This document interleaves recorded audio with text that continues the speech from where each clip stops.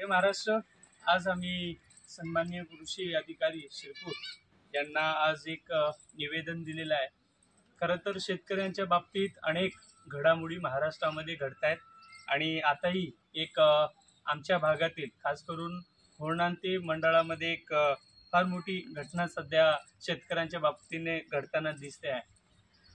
2024 मध्ये झालेलं फळ पीक विमा बाबतीचा एक सध्या तफावत शेतकऱ्यांच्या बाबतीत दिसते आहे की काही ठिकाणी काही मंडळांमध्ये जवळजवळ पर हेक्टरी 74,679 रुपयेप्रमाणे ते जे नुकसान झालेलं आहे त्याचं अनुदान मिळालेलं आहे।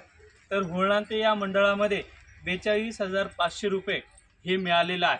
तर शिरपूर तालुक्यातल्या या अनेक मंडळांना जर 70-75 हजारापर्यंत मिळत असेल आणि होर्णांते या मंडळासाठी जर 42,000 पर्यंत मिळत असेल तर हा जो 34-35 हजाराचा जो तफावत आहे त्या तफावतीच्या बाबतीत आम्ही आज माननीय कृषी अधिकारी महोदय यांना विनंती केलेली आहे की या स्ट्रिगर मशीनच्या बाबतीत चौकशी व्हावी।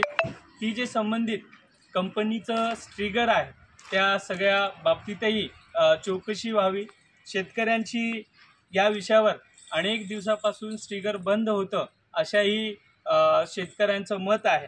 तर त्यावरही कृषी अधिकारी महोदयांनी एक सविस्तर असं आपलं मत शेतकऱ्यांपर्यंत द्यावं आणि हा जो अन्याय शेतकऱ्यांच्या बाबतीत झालेला आहे तो अन्याय कशा पद्धतीने न्यायाच्या सुपात देता येईल अशा दृष्टिकोनातून आज आम्ही निवेदन दिलेलं आहे।